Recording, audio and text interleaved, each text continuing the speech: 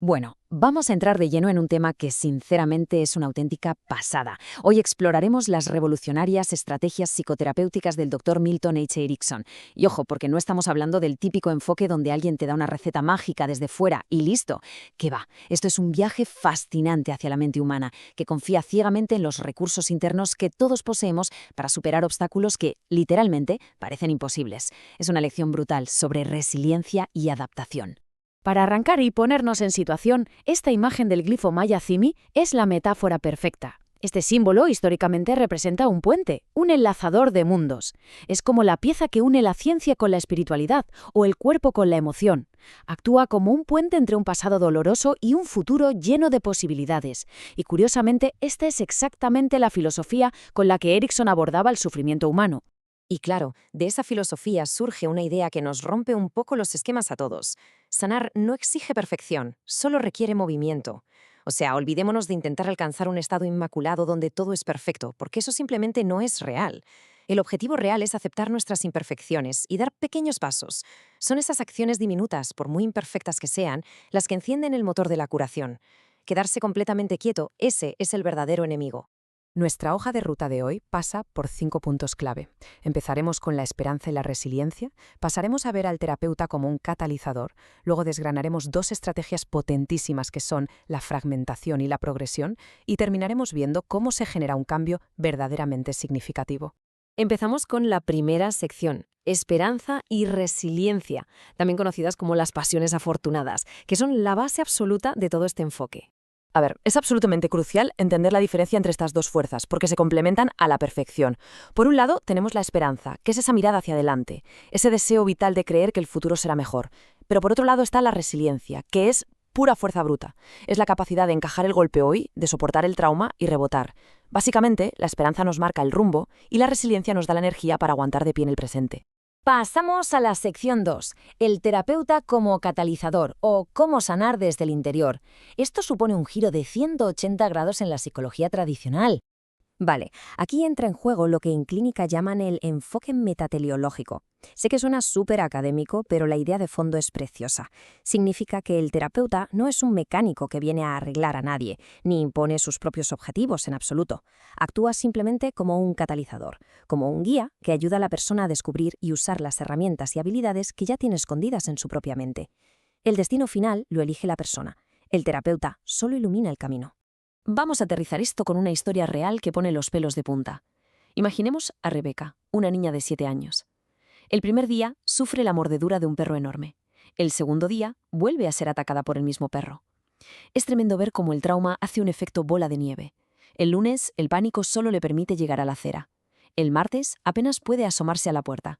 Y para el miércoles, está totalmente envuelta en una manta dentro de casa, paralizada, con síntomas físicos graves. Su espacio seguro se había derrumbado por completo. Y aquí es donde Erickson hace magia pura. En lugar de tratarla con pena o como si estuviera rota, le dio la vuelta a la tortilla con esta frase: «Estoy sorprendido de que seas una niña tan fuerte y sana. Estoy sorprendido de que no estés mucho peor». ¡Boom! Al alabar la increíble fuerza de su cuerpo por haber soportado tanto estrés, cambió su mentalidad en un segundo. Pasó de ser una víctima aterrorizada a sentirse como una auténtica superviviente. Esa pequeña chispa activó su curación y en poquísimas sesiones el miedo sencillamente se esfumó. Llegamos a la sección 3, la primera gran estrategia clínica de Erickson, la fragmentación. Básicamente, esto es el clásico divide y vencerás militar, pero aplicado a nuestros demonios internos. Cuando un problema parece inabarcable, la clave está en trocearlo, ya sea definiendo exactamente cuándo ocurre un síntoma, dándole un nombre con un diagnóstico formal o incluso separándolo en el tiempo y el espacio. De repente, ya no estás luchando contra un monstruo gigante invisible, estás manejando una pieza pequeña, concreta y, lo más importante, controlable. Para que veamos hasta qué punto esto es efectivo, pensemos en el desgarradón caso de Katy, una paciente terminal con un dolor oncológico insoportable.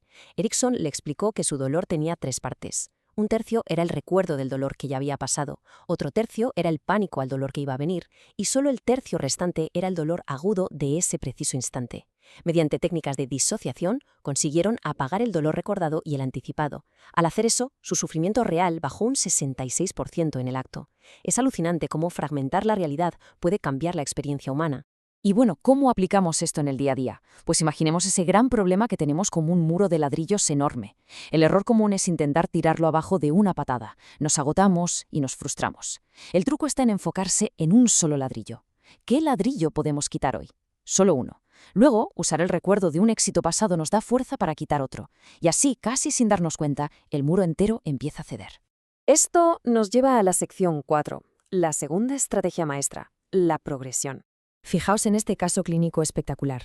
Un hombre llevaba 11 años postrado en una silla de ruedas por una artritis severa. Estaba lleno de rabia, pasaba los días maldiciendo su suerte. Cuando empezó la terapia, Erickson no le propuso que intentara caminar o ponerse de pie, para nada.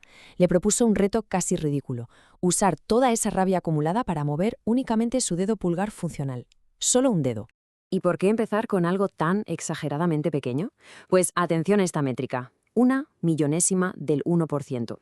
Esta fue la meta que le propusieron a otro paciente con una enfermedad de la piel incurable que le cubría todo el cuerpo. Le preguntaron si estaba dispuesto a mejorar solo 1/1000.000 del 1% a la semana. Es un objetivo tan ínfimo, tan minúsculo, que el cerebro no activa sus alarmas de resistencia. No hay miedo al fracaso, así que la mente simplemente lo acepta sin luchar.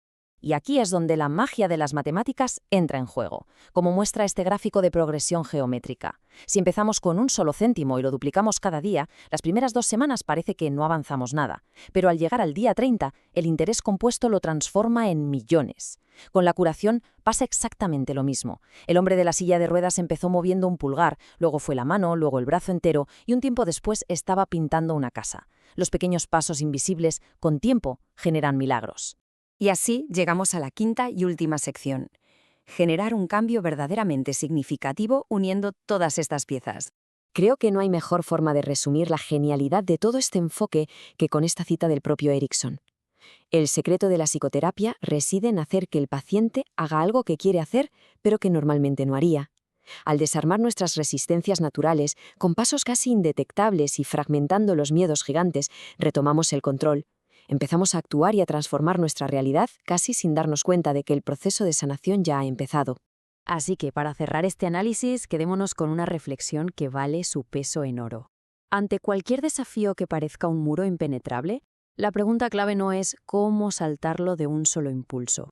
La verdadera pregunta es, ¿qué único fragmento minúsculo de ese problema podemos conquistar hoy mismo? Porque un paso casi invisible puede ser la chispa del mayor cambio de nuestras vidas. Ojalá estas estrategias sirvan de inspiración para abordar los retos que tenemos por delante.